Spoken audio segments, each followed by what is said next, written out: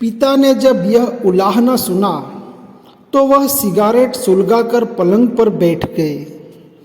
उन्होंने 2-3 लंबे कस खींचे और श्याम सुंदर के चेहरे की ओर देखा।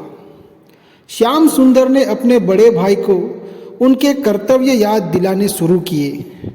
मैंने तो पहले ही कही थी कि मनोज को अपने साथ ले जाओ, साथ रहेगो तो कुछ पढ़ लेगो, गांव में तो आवारा गर्दी ही करेगो, है गयो फेल। मनोज 8वीं क्लास तक पिता के साथ ही रहा था। रायपुर, गरियाबंद और फरसाबाद में पूरा परिवार साथ रहा, लेकिन 4 साल से मनोज, कमलेश, छोटी बहन रजनी और मम्मी को गांव में ही रहना पड़ रहा है। पिता उन्हें अपने साथ डिंडोरी नहीं ले गए।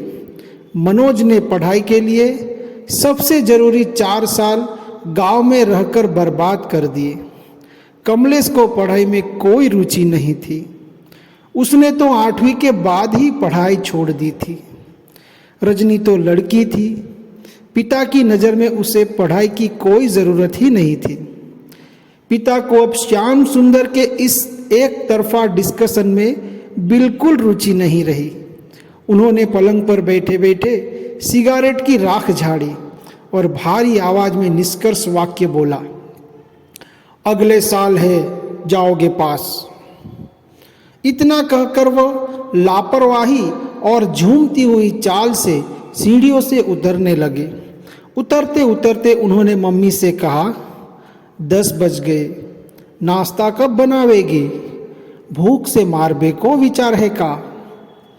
मनोज को जब पता चला कि वह हिंदी छोड़कर सभी विषयों में फेल हो गया है, तो वह दुखी होकर पुलिया के किनारे हनुमान जी के मंदिर में बैठा काफ़ी देर तक आंसू बहाता रहा।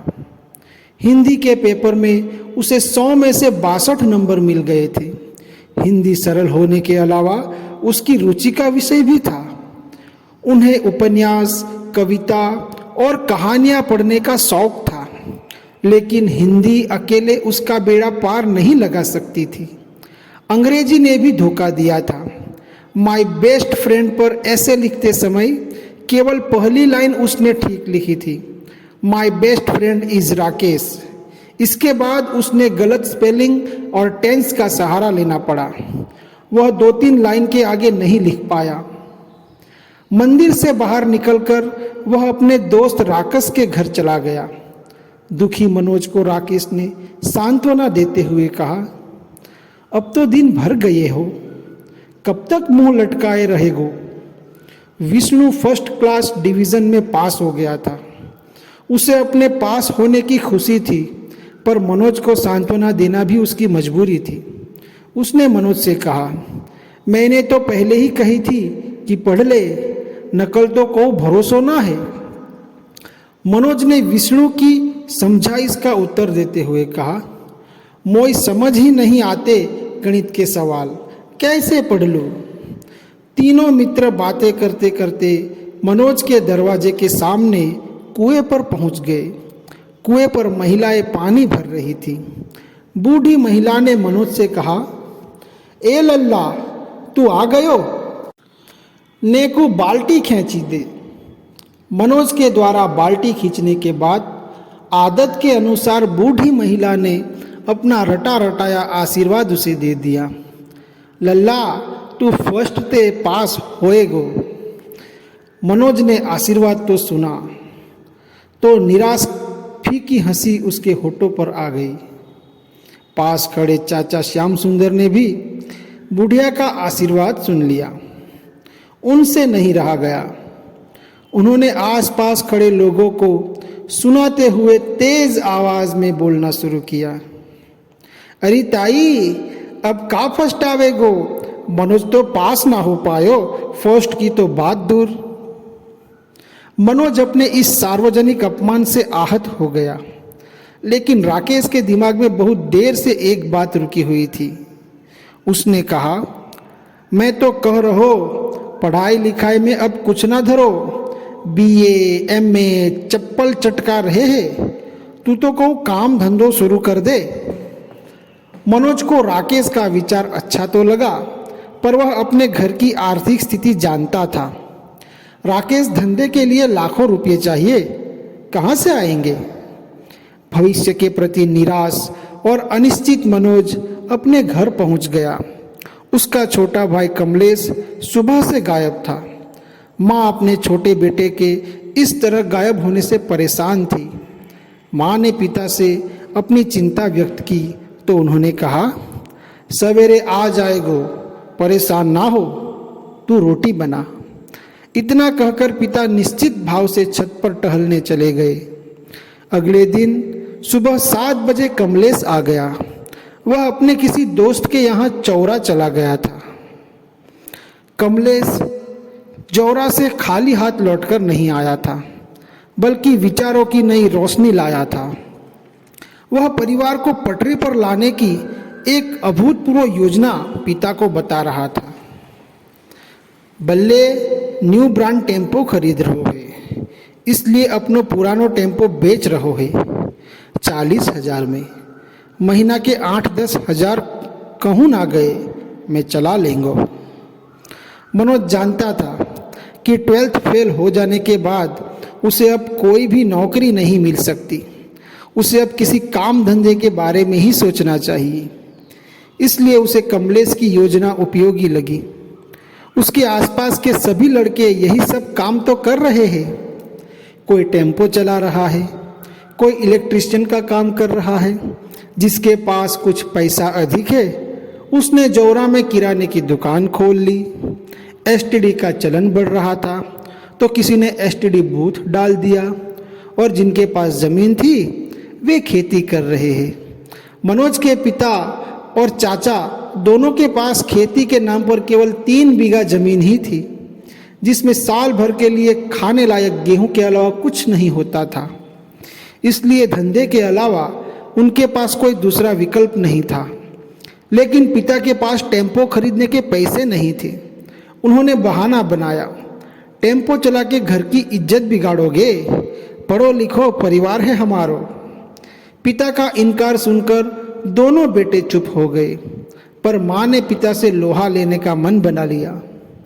वाह, बहुत इज्जत है तुम्हारी, घर घर जाके उधार मांगती हो, तब इज्जत ना जावते। मोड़ा मेहनत करके कुछ करबो चाह रहे हैं तो जे मदद करबे की जगह टांग अड़ा रहे हैं। माँ का उलाहना सुनकर पिता ने मौन साध लिया। अगले दिन सुबह जब माँ ऊपर कमरे में गई तो उसने देखा कि पिता बैग में कपड़े जमा रहे हैं। पिता को कपड़े जमाते देख वह ठगी रह गई। उसे लग रहा था कि वह पिता को टेम्पो खरीदने के लिए मनाने की कोशिश करेगी, पर पिता जो पिछले 1.25 महीने से नौकरी पर ध्यान दिए बिना घर पर टिके हुए थे, उन्होंने आज अचानक वापसी की तैयारी कर ली। पिता ने कहा, बहुत काम पेंडिंग है ऑफिस में, मैं अब निकल तो, जल्दी रोटी बना, खा के जाओगो। माँ को पिता पर बहुत क्रोध आ रहा था, लेकिन जाते समय पिता को कुछ सुनना उसे उचित नहीं लगा। पिता नौकरी पर चले गए। ऐसा लग रहा था कि पिता के जाने के साथ ही टेम्पो खरीदने की योजना पर विराम लग गया है। लेकिन कमलेश के अगली सुबह फिर से जिद करने पर माँ ने कहा, बाप तो तियो एक एन मौका पे भजी गयो, अब मौ से का चाहत है, मैं कहाँ से 40,000 रुपया ले आऊँ। बहुत देर चर्चा होने के बाद निष्कर्ष निकला। माँ बोली, 10,000 तो मुँह पे रखे हैं, 30,000 पंडित कालीचरण से उधार मिल जावेंगे। जेवर रखे हैं, गिरवी रख देऊंगी। 40,000 में बल्ले का सेकंड हैंड टेम्पो आ गया। उम्मीद और आत्मविश्वास से भर गया पूरा परिवार। कमलेश ड्राइविंग सीट पर बैठ गया। किराया इकट्ठा करने की जिम्मेदारी कंडक्टर मनोज को मिली। मनोज ने सवारियों को आकर्षित करने के लिए आवाज़ लगाना शुरू किया, छैर्रा भर्रा बागचीनी मुरैना। थोड़ी देर में मुरैना की 5 सवारियां मिल गई। टेम्पो सवारियां लिए मुरैना की ओर बढ़ गया। व्यवसाय की शुरुआत अच्छी रही। रात को घर आकर मनोज ने आज की कमाई के 200 रुपये माँ को दे दिए। माँ दोनों बच्चों के इस तरह पैसे कमाकर लाने के कारण भावुक हो गई। दिन भर की मेहनत के बाद मनोज का चेहरा रूखा हो गया। बाल धूल से सन गए, शर्ट मटमैली हो गई, होठ पपड़ा गए।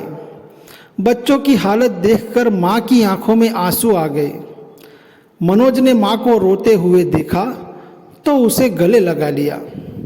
उसने कहा, चिंता काय कर रही है, अब तेरे मोड़ा कमान लगे हैं। लगभग 1 महीने तक टेम्पो चलता रहा। रोज शाम को 200-250 रुपये दोनों बेटे कमा कर लाते रहे। माँ को लगा यदि इसी तरह टेम्पो चलता रहा तो जल्दी ही उधार पटा दिया जाएगा, फिर 1-2 साल में नया टेम्पो ले लेंगे। पिता की अनदेखी के कारण उसे अपने बच्चों से उम्मीद होने लगी थी कि उनकी मेहनत से यह घर फिर से संभल जाएगा। आज टेम्पो जैसे ही बागचीनी चौराहे पर पहुंचा, वहां पुलिस की चेकिंग चल रही थी। सिपाही ने मनोज को टेम्पो साइड में लगाने का आदेश दिया। मनोज ने लाइसेंस और रजिस्ट्रेशन दिखाते हुए सिपाही से पूछा, क्या बात है दीवान जी, हमें क्यों रोका है? कागज तो पूरे हैं टेम्पो के। सिपाही ने कहा, थानेदार साहब का आदेश है, उनसे जाकर पूछो।